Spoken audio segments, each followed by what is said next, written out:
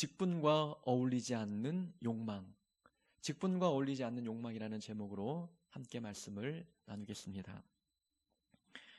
어제는 여수노회 여북 시찰회에서 가을 등반을 하였습니다. 우리 하늘빛교회가 속해 있는 시찰이 여북 시찰이기 때문에 저도 함께 참여해서 여러 목사님 또 장로님 또 권사님들과 함께 등반을 하였습니다.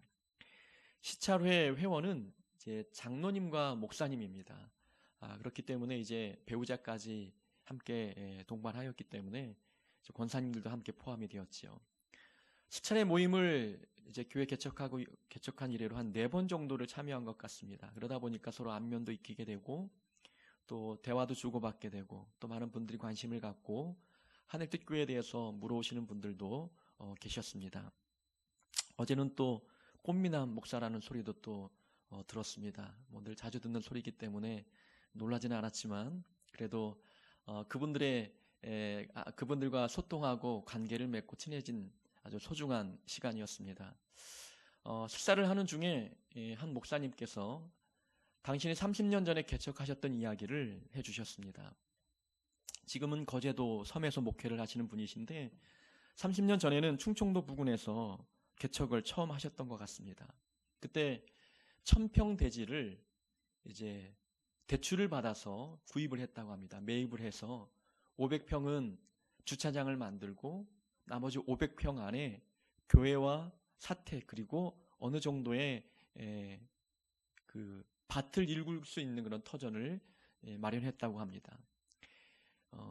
교회를 완전히 건축하고 그리고 모든 내부 시설도 최고의 시설로 갖추었다고 말씀합니다. 교회 종탑도 멋지게 세워놓았다고 이야기를 하시죠.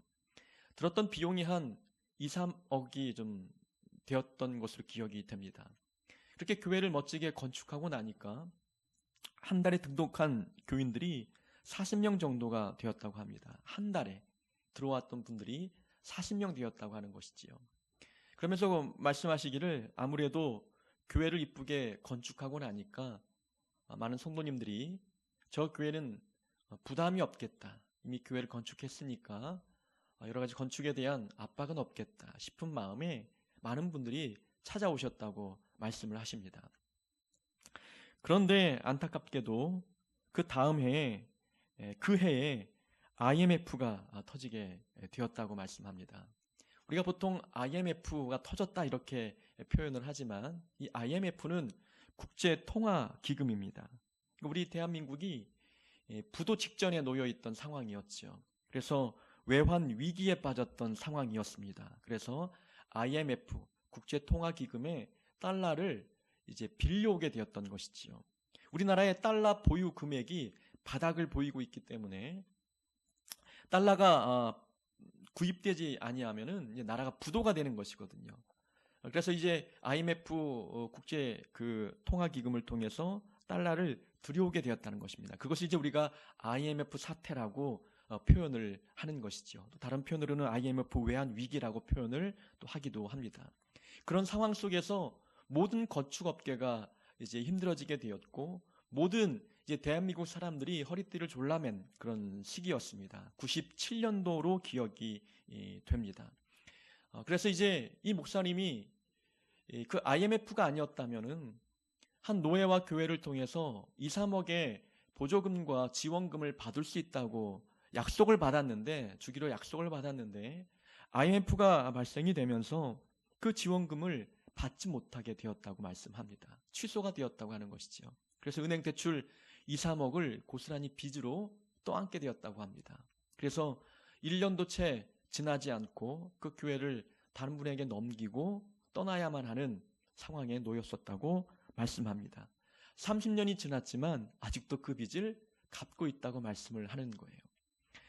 제 마음속에 그래도 한 달에 40분 정도가 등록을 했다면 그 교회에 대한 아쉬움은 없습니까? 여쭤봤더니 그 지역을 쳐다보기도 싫다고 말씀을 하십니다. 그분의 대화 내용을 들어보면서 제 마음속에 부러움이 좀 있었어요. 두 가지가 부러웠는데 하나는 교회를 건축했다는 것, 그리고 또 하나는 한 달에 40명이 등록했다는 그 사실이 제 마음의 부러움으로 다가오는 거였어요. 제 마음속에도 숫자에 대해서 반응하고 있는 나의 모습을 발견하게 되었다는 것입니다. 나도 모르게 그런 반응이 나왔습니다. 그런 재력과 그런 기회가 내게도 주어진다면 얼마나 좋을까. 하늘빛교회도 번듯이 건축을 하고 나면 더 많은 분들이 모이지 않을까. 이런 헛된 욕망과 욕심이 마음에 자리 잡고 있는 모습을 발견하게 되었습니다.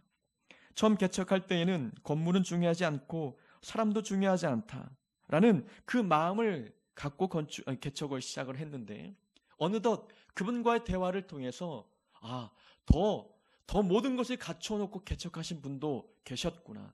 그 개척한 뒤에 그렇게 많은 분들이 한 달에 등록하는 일도 가능했구나. 그런 이야기를 듣다 보니까 비교의식에 빠지게 되고, 그러다 보니 마음속에 헛된 욕심, 욕망이 자리 잡기 시작했던 것입니다. 공교롭게도 그날 한 권사님으로부터 장문의 문자가 왔었습니다. 우리 하늘빛교회와 저를 위해서 기도하시면서 성령님이 깨닫게 해주신 말씀이라고 하면서 고민 끝에 보내신 문자였습니다. 한번 읽어드리겠습니다. 사랑하는 종아, 내가 너의 힘들고 괴로워하는 거 모르겠느냐. 그 마음을 나에게 토하고 가까이 나와왔으면 좋겠구나. 너의 일을 이루실 분, 너를 도와주실 분은 하나님이시지 사람은 아니란다. 사랑하는 종아, 너는 무릎 꿇어라. 모든 것 빨리 털어버리고 일어나서 나에게 부르짖고 일하실 하나님을 찬양하면서 너가 무릎으로 나아가기를 원하노라. 그래도 너에게 남아있는 영혼들, 그들에게 고마워하면서 감사하면서 무릎으로 나에게 나아오면 그 뜻을 내가 이루리라. 나에게 모든 것을 맡기고 너를 높이기도 또 낮추기도 하는 그 하나님께 모든 걸 맡기고 나왔으면 좋겠구나. 너가 접한 모든 상황 속에서 내게 헌신의 깃발을 올렸으면 좋겠구나. 숫자에 연연하지 말고 나에게 헌신의 깃발을 세우기를 원하노라. 너희 교회 영혼들이 천천히요 만만이다. 한 사람이 10명, 100명을 대신할 수 있는 인물들이란다. 그러니 가까이 더 나아오고 정말 나의 마음 안에서 헌신한다면 그들을 통해서 영혼들을 모으고 나의 나라를 이룰 텐데, 사랑하는 종아, 분발하고 분발하여 내게 무릎 꿇고 열심을 다하여 나아오고 지금의 숫자에 연연하지 말고 높이시는 하나님, 낮추시는 하나님을 신뢰하며 나아왔으면 좋겠구나. 어찌 보면은 기도 중에 하나님께서 깨닫게 하셨던 말씀이라고 하면서 보내주셨는데, 제 마음을 잘 드러내는, 또 그리고 본질을 붙잡게 만드는 그런 문자였습니다. 나에게도 이러한 욕심, 욕망들이 나도 모르는 사이에 자리를 잡고 있었구나라는 생각을 해보게 됩니다. 그 문자를 통해서 다시 한번 마음을 붙잡고, 그래, 이것이 내가 처음 가졌던 생각이었고 마음이었구나라는 생각을 갖게 되었습니다. 가장 추한 모습은 거룩한 자리에 있으면서 세상된 욕망으로 살아가는 모습입니다. 직분에 어울리지 않는 가치관, 자리에 어울리지 않는 욕심을 가지고 있는 모습이 어찌 보면 하나님 보실 때 가장 추한 모습입니다. 우리는 거룩한 백성입니다. 하나님의 거룩한 자녀들이지요. 우리가 주 앞에 나와 성전에 앉아 있고 하나님을 예배하는 거룩한 주님의 자녀들입니다. 이런 거룩한 자리에 있는 우리가 이 자리와 우리 신분과 직분과 어울리지 않는 세상의 욕망과 욕심을 마음에 품고 살고 있다면 그 모습이야말로 하나님 보실 때 얼마나 추하겠느냐라는 것입니다. 우리는 마음속에 품었던 헛된 생각, 욕망을 빨리 끊어버려야 합니다. 마음에 가득한 것을 입으로 말한다라는 말씀이 있습니다. 마음에 품었던 욕망을 빨리 덜어내지 아니하면 마음으로만 품었던 그 욕망이 입으로 표출이 되어지고 행동으로 드러나기 시작합니다. 그것만큼 하나님 보실 때의 추한 모습이 어디 있겠습니까? 마음의 욕망을 제거하지 아니하면 언젠간 그것이 우리의 입과 행위로 나타나서 우리가 가기 싫은 곳으로 우리를 강압적으로 끌고 가게 되는 모습들을 경험하게 된다는 것이지요. 하나님은 우리가 마음에 어떤 생각을 품고 있는지 아십니다. 우리 마음속에 어떤 욕망과 욕심이 자리 잡고 있는지 하나님은 알고 계시는 거예요. 우리가 겉으로는 내색하지 않고 말로 표현하지 않아도 우리는 마음속에 알고 있잖아요. 어떤 욕심이 있고 어떤 바램들이 있는지, 내가 소망하고 소원하는 이 바램이 처음 가졌던 마음은 아니라는 것 스스로 알고 있습니다. 성경적인 가치관도 아니고 하나님이 기뻐하실 만한 그러한 생각이 아님을 다른 사람은 몰라도 스스로는 알고 있습니다. 근데 그 마음을 한 번도 입 밖으로 내지는 않았지만 하나님은 알고 계신다는 겁니다. 위로가 되는 것은 예수님을 따랐던 제자들도 마음속에 헛된 욕망들이 있었습니다. 본문에 보니까 우리 중에 누가 크냐? 라는 변론이 일어났던 것입니다.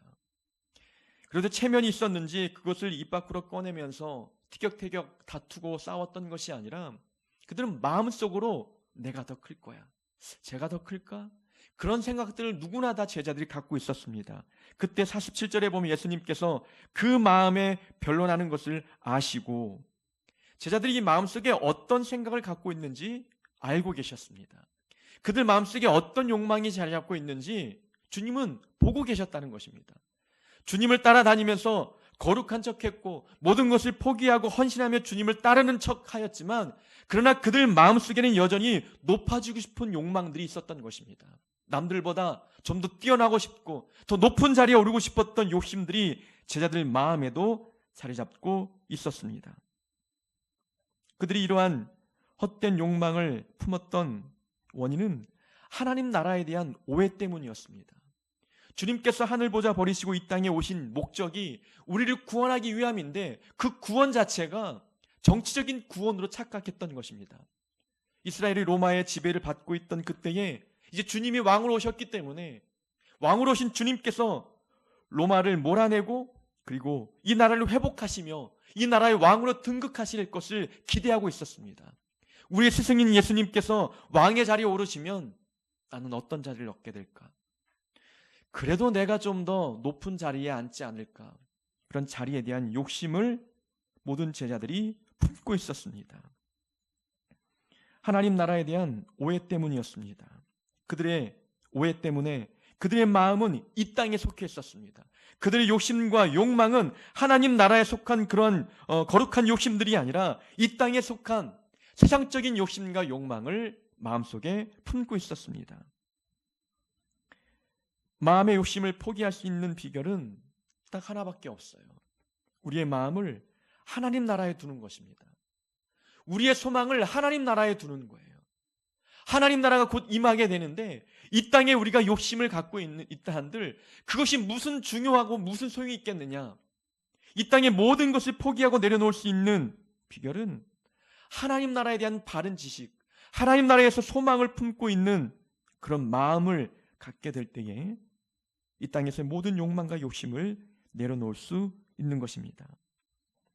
우리 하나님 나라에서 대해서 어떠한 생각과 어떤 지식을 갖고 있습니까? 하나님 나라가 내 마음에 임한다는 것은 하나님이 내 마음을 통치하신다는 거예요. 하나님이 내 마음을 다스리고 통치한다는 것은 하나님 나라의 가치관으로 내가 살아간다는 것을 의미하는 것입니다. 세상에서 많은 유행들, 세상에서 사람들이 옳다고 여기며 살고 있는 삶의 방식들, 하나님 나라가 내 마음속에 임하고 보니 그 모든 것들은 아무것도 아님을 우리는 발견하게 되는 거예요. 욕망, 욕심 다 내려놓을 수 있게 되는 것입니다.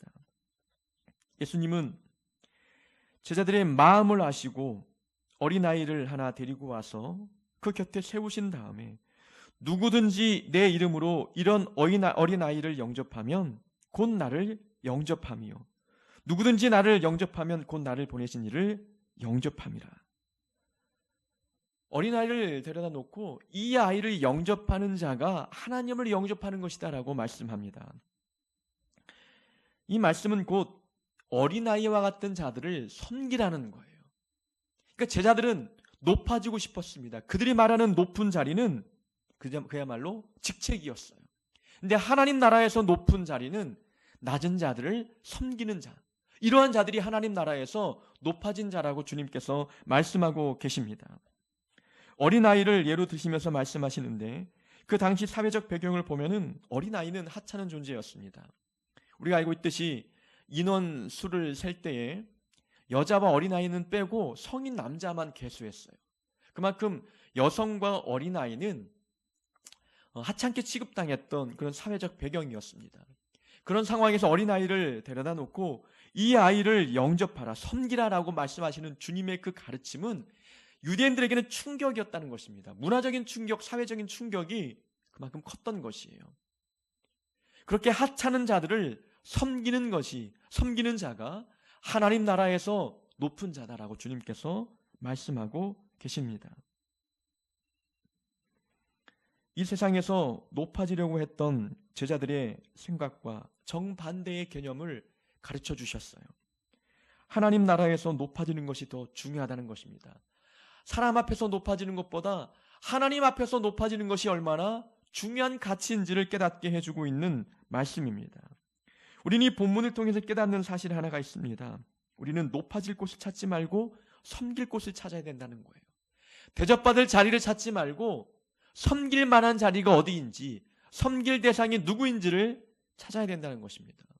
교회 안에서, 가정 안에서, 또 사회 공동체 안에서, 내가 속해 있는 모든 삶의 자리에서 우리가 대접받고 인정받는 자리를 찾기보다도 섬길 만한 자리가 어디인지, 섬길 대상이 누구인지를 찾아야 합니다.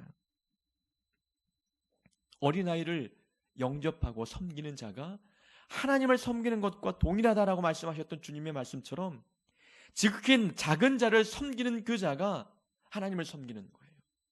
그 작은 자를 섬길 때에 하나님을 섬기듯 섬겨야 함을 우리에게 말씀해주고 있습니다. 교회 안에도 수많은 자리가 있습니다. 어떤 자리는 사람들의 주목을 받고 그리고 또 대접받는 자리, 인정받는 자리가 있습니다. 근데 어떤 자리는 그 자리에 누가 있는지 모를 만큼 음지, 보이지 않는 자리에서 사역하는 자들도 분명히 있다는 것이지요. 그런 자리에서 우리가 선택의 기로에 놓일 때마다 항상 섬기는 곳을 선택해야 합니다. 제가 늘 말씀을 드렸지 않습니까? 선택의 순간에 쉬운 곳보다 어려운 자리를 택하는 것이 하나님의 그 섭리에 더 가깝다 말씀을 드렸습니다. 어려운 것을 선택하는 것이 하나님의 섭리에 더 가깝고, 또 하나 추가한다면 섬기는 자리, 낮은 자리, 그 자리가 하나님 섭리에 가까운 자리입니다. 교회 안에서는 이러한 이야기가 있습니다. 중직을 맡기를 원하는 사람들은 성가대에 앉아야 된다고 이야기합니다. 교사를 하는 것보다 성가대에 앉아서 찬양대에 서는 것이 사람들 눈에 더 띈다는 것이죠. 카메라에 비춰지고 화면에 더 크게 보여지니까 봉사하고 있는 것을 모든 성도들이 알고 있다는 거예요. 근데 교사를 맡으면 어느 부서에서 일하는지, 또 그 부서가 어느 장소에서 예배를 드리고 있는지, 또 어떤 역할을 하고 있는지 많은 성도님들이 보지 못한다는 겁니다. 그러니 중직을 맡고 싶으면 찬양대에 앉으라는 그러한 유머 섞인 이야기들이 교회 안에 팽배해 있습니다. 그리고 성가대 자리에 앉아도 화면이 잘 받는 곳, 그리고 마이크 바로 아랫자리는 아무나 앉을 수 있는 자리가 아닌 교회도 있어요. 괜히 멋모르고 분위기 파악 못하고 카메라에 잘 비치는 곳, 그리고 마이크 바로 앞에 앉게 될 때에 그 찬양대 실세인 분들로부터 많은 욕을 먹는 그런 교회도 있다고 들었습니다. 또 화면에 많이 비춰야만 사람들에게 인정받는다는 거죠. 마이크 바로 앞에 있어야만 자기가 드러날 수 있다는 겁니다. 그러니까 사람들 볼 때에 인정받고 자기를 드러내는 그 자리를 원하는 사람들이 있다는 것입니다. 주님께서 우리에게 말씀하시는 오늘 본문의 가르침은 자기가 드러나는 곳, 높아지는 곳, 인정받는 자리가 아니라 섬길 곳을 찾아야 함을 우리에게 말씀해 주고 있습니다. 누군가를 섬긴다는 것은 자기를 낮추지 않고는 불가능합니다. 자기를 낮추고 겸손해져야만 누군가를 섬길 수 있는 거예요. 그러니 이 겸손과 섬김의 이 자세는 믿음이 성숙한 자들만이 보일 수 있는 태도입니다. 어른은 자녀의 수준에 맞출 수 있어요. 그러나 자녀는 부모 수준에 맞추기 어렵습니다. 그만큼 부모가 자녀보다 성숙하기 때문에 자녀의 수준으로 내려갈 수 있어요. 그러나 밑에 있는 자가 위의 수준으로 끌어올리는 것은 굉장히 어렵고 불가능하다는 겁니다. 자녀가 어찌 부모의 생각을 깨닫고 부모의 그 마음과 그 의중을 다 파악하겠어요. 수준을 맞추기 어렵다는 것입니다. 그러니까 낮은 자를 섬긴다는 것은 성숙한 자들이 맞춰줄 수 있는 거예요. 겸손도 스스로 자기를 낮추는 것 아니겠습니까? 성숙한 자들, 하나님 앞에 인정받은 믿음의 사람들만이 자기 자신을 낮추고 겸손해 줄 수 있는 것입니다. 그만큼 낮아지고 섬기고 겸손해지는 것은 우리가 얼마나 성숙하느냐에 달려있는 것입니다. 높은 직책만 바라본다면, 높은 자리만 바라본다면 사람은 보이지 않습니다. 자리만 보이는 것이지요. 그러나 섬길 곳을 찾으면 섬겨야 할 사람이 함께 보이는 거예요. 낮은 자리, 겸손한 자리를 보게 되면은 그곳에 있는 사람들이 눈에 들어오기 시작하는 것입니다. 주님께서는 제자들이 자리를 욕심내고 있지만 그들에게 역할을 강조하고 계십니다. 어린아이를 영접해라, 섬겨라 라고 주님께서는 높은 자리를 탐내고 있는 제자들에게 작은 영혼들을 어떻게 섬겨야 하는지 역할에 대해서 강조하고 있다는 것이지요. 우리가 욕심내야 될 것은 자리가 아닌 역할입니다. 기독교인들이 마음에 품어야 할 가치관은 자리를 탐내는 것이 아니라 그 자리에서 어떤 역할을 해야 되는지 하나님이 관심을 갖고 보시는 부분은 바로 그런 부분입니다. 역할입니다. 우리가 우리 자리에서 어떤 역할을 하고 있는지, 어떤 삶을 살고 있는지, 얼마나 겸손한지, 얼마나 낮은 자들을 섬기고 있는지 하나님께서는 그 모습을 보고 계십니다. 겸손은 스스로 자기를 낮춰야 합니다. 다른 사람에 의해서 강압적으로 낮아지는 것은 그건 겸손이 아니에요. 그건 부끄러움이고 창피를 당하는 건 아니겠습니까? 겸손은 자기가 스스로 낮은 자리에 내려가는 것을 의미하는 것입니다. 자기가 스스로 내려가지 아니하면 하나님은 그 사람을 겸손케 만들기 위해서 다른 사람의 힘으로 그 사람을 낮은 자리로 보내게 만드는 거예요. 그건 얼마나 부끄럽고 창피하겠습니까? 그런 일을 겪기 전에 먼저 우리는 낮은 자리에 가야 되고 겸손하고 그 자리에 있는 낮은 자들을 섬기는 겸손을 보일 수 있어야 하는 것입니다. 우리의 관심 높은 자리에 있지 말고 섬길 곳이 어디인지 거기에 관심을 갖고 하나님이 기뻐하실 일들을 그 자리에서 행할 수 있어야 합니다. 이런 내용이 48절까지 내용이라면 49절과 45절은 50절은 이제 제자들이 예수님께 말씀합니다. 예수님, 우리가 어떤 사람을 보았는데 그들이 주의 이름으로 귀신을 쫓는 것을 보았습니다.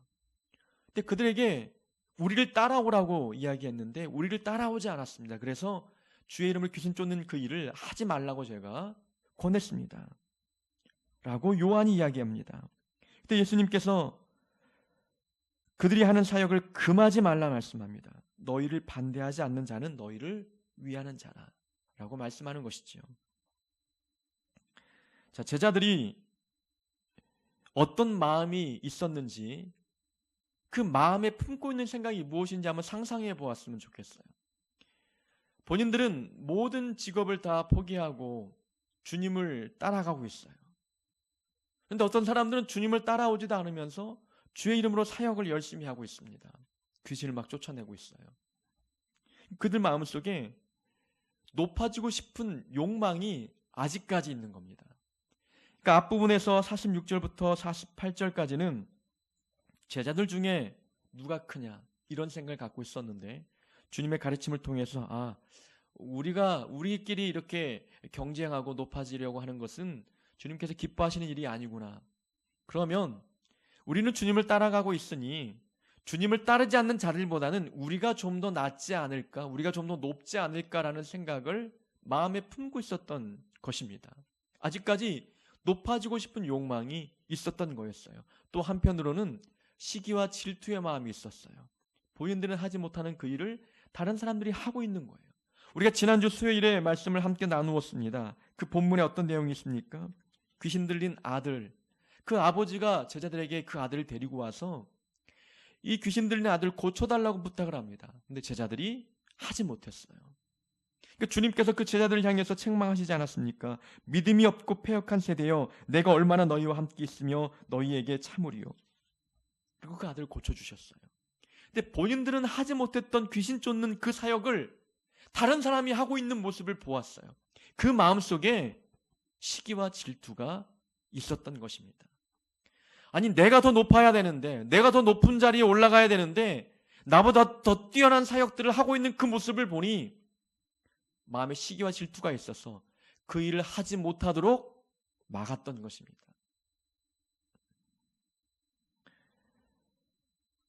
직분에 어울리지 않는 욕망, 그 욕망 중에 하나가 시기와 질투라는 것입니다. 높아지려는 그 마음이 질투로 나타난 것이에요. 여러분, 우리의 마음을 가만히 들여다보면은 섬기는 자에게는 질투가 없습니다. 겸손해지고 낮아지는 자에게는 그 마음에 질투가 자리 잡지 않아요. 근데 높아지려고 하는 사람들 마음속에는 경쟁심이 있고 그 마음속에 욕심이 자리 잡고 시기와 질투가 마음에 찾아오기 시작합니다. 제자들이 본인이 하지 못했던 사역을 다른 사람이 하고 있는 모습을 보고 하지 말라 막았던 것은, 그건 질투가 원인이었습니다. 그 질투는 여전히 그들이 높아지고 싶은 욕망이 있다는 것을 보여주고 있는 증거입니다. 성경에 사울 왕이 구약에 나옵니다. 사울 왕이 다윗이 나타나기 전까지는 아무런 문제가 없었어요. 다윗이 등장하고 다윗이 골리앗을 죽이고 전쟁에 나갈 때마다 수많은 적군을 물리치고 승리를 거두고 돌아옵니다. 백성들이 사울이 죽인 대적은 천천이고 다윗이 죽인 대적은 만만이다라고 사울보다 다윗이 더욱더 칭송하는 소리가 사울 왕 귀에 들렸어요. 그 마음속에 다윗을 향한 질투가 불일 듯 일어나는 거예요. 그 질투에 못 이겨 다윗을 죽이고 싶은 마음까지 들었던 것입니다. 그 질투가 무엇 때문이에요? 내가 다윗보다 높아야 되는데, 내가 왕이고 더 높은 자리에 있으니 내가 다윗보다 더 인정받고 대접받고 칭찬받아야 하는데, 돌아가는 상황과 백성의 마음을 보니 전혀 상황이 자기가 원하는 대로 흘러가지 않는 겁니다. 내가 낮아질 것 같고 내 자리를 뺏길 것 같습니다. 그러다 보니까 시기와 질투가 그 마음에 자리 잡았습니다. 사도행전에 보면은 바나바라는 사람이 있습니다. 교회마다 바나바 사역을 많이 하잖아요. 어릴 적에는 바나바라는 인물을 잘 몰라서 바라반가라는 생각도 들었고 바야반가라는 생각도 들었어요. 그러니까 바나바 이름은 잘 잊혀지지 않아요. 근데 바나바는 굉장히 섬기는 자였습니다. 온유하고 그리고 마음이 넓고 굉장히 착한 인물로 소개되고 있습니다. 사울이라는 청년이 스데반 집사가 순교당하는 그 순간에 그 자리에서 스데반 집사님이 죽는 모습을 마땅히 여겼던 사울이 변화되었을 때에 이 바나바는 사울 청년을 데리고 제자들과 만남의 기회를 만들어 주었어요. 사울이 교회 지도자로 세워질 수 있도록 뒤에서 뒷바라지했던 자가 바나바였습니다. 1차 선교 여행을 떠날 때에 바나바와 사울이, 그러니까 바울이죠, 함께 선교 여행을 떠날 때에 처음에는 바나바가 사역을 주도해 가고 있었지만 성경을 읽다 보면은 그 주도권이 바울에게 넘어가는 것을 보게 됩니다. 근데 바나바는 질투하지 않았어요. 오히려 그것을 기쁘게 여깁니다. 또 마가라는 청년이 선교 여행에 동참했을 때에 그 선교 여행이 너무나 힘드니까 중도에 포기하고 돌아가 버렸어요. 바울은 그 마가를 책망하고 2차 선교 여행에 데려가지 않겠다고 단언하였지만 바나바는 그래도 마가를 데려가고 싶었어요. 그 의견 충돌 때문에 바나바와 바울이 갈라서게 되고 바나바가 마가와 함께 일을 하게 됩니다. 그러니까 바나바는 자기가 높아지려고 했던 사람이 아니라 다른 사람을 섬기며 그 사람이 높아질 수 있도록 뒤에서 도와주었던 사람이었습니다. 그 마음속에 사역의 주도권이 다른 사람에게 넘어가도 질투가 나지 않았어요. 그의 마음은 섬기는 마음이었기 때문에 그렇습니다. 질투와 시기는 높아지려는 사람 마음속에 싹트는 거예요. 우리 마음속에 무엇인가 질투가 싹튼다면 내가 높아지고 싶은 욕망이 있다고 봐도 좋습니다. 섬기는 사람은 절대로 질투가 나지 않습니다. 시기하지 않습니다. 겸손한 자리에 앉아있는데, 가장 낮은 자리에 앉아있는데 어찌 시기하고 질투가 나겠습니까? 우리는 서로 지체라는 생각을 가져야 합니다. 손과 발이 다르듯 역할이 다른 겁니다. 제자들은 귀신을 쫓아내지 못했지만 다른 사람이 그 사역을 하고 있는 거예요. 은사가 다른 것입니다. 은사는 높고 낮음이 있는 것이 아니거든요. 역할이 다른 거예요. 손의 역할이 다르고 발의 역할이 다른 것처럼 은사가 다르다는 것은 그 공동체 안에 하나님께서 다른 역할을 우리에게 맡겨주신 것입니다. 손이 발이 하는 일까지 욕심내면서 그 일을 다 하려고 한다? 불가능한 것입니다. 보통 자기가 하고 싶은 일을 남이 하기 시작하면 그 사람이 미워집니다. 교회 안에도 그런 사람들 많이 보잖아요. 그 일을 못하게 막는 일들도 보았습니다. 그 일을 빼앗아가는 자들도 보았습니다. 그 일을 통해서 자기가 높아지고 싶은 욕망이 있기 때문입니다. 섬기는 자는 질투하지 않습니다. 높아지려는 자들이 그 마음에 질투와 시기가 싹틉니다. 자, 그 다음에 51절부터 56절까지는 예수님께서 승천하실 기약이 차감해 예루살렘으로 향하여 올라갑니다. 지금 예수님과 제자들이 있던 장소는 북쪽 지역 갈릴리 지역이었습니다. 갈릴리에서 남쪽에 있는 예루살렘으로 이제 가야만 했죠. 주님께서 앞부분에서 2번이나 예고했던 십자가의 그 죽음의 순간이 다가왔기 때문에 십자가를 지기 위해서 예루살렘으로 올라가는 중이었어요. 그런데 이 갈릴리와 남유다 사이에는 사마리아 지역이 있었습니다. 갈릴리에서 유대 지역으로 가기 위해서는 사마리아 지역을 통과해야만 했던 것이죠. 그런데 본문에 보니까 하룻밤 묵기 위해서 사마리아의 한 마을에 들어갔는데 사마리아인들이 예수님과 그 제자들을 박대합니다. 예수께서 예루살렘으로 향하여 가시기 때문에 그들이 받아들이지 아니하는지라. 사마리아 사람들이 유대 지역으로 가는 모습을 보니 유대인들이거든요. 유대인들이 사마리아인을 미워하는 것처럼 사마리아인들이 유대인들을 싫어했어요. 그러니까 예수님과 그 제자들을 그 마을에 머물지 못하도록 쫓아냈던 것입니다. 그랬더니 야고보와 요한이 화가 났습니다. 그러면서 주님께서 말하기를, 주님, 우리가 불을 명하여 하늘로부터 내려 저들을 멸하라 하리이까. 우리가 하늘에 불을 내려서 이 마을을 진멸시키겠다라고 이 야고보와 요한이 화가 나서 이야기하고 있는 거예요.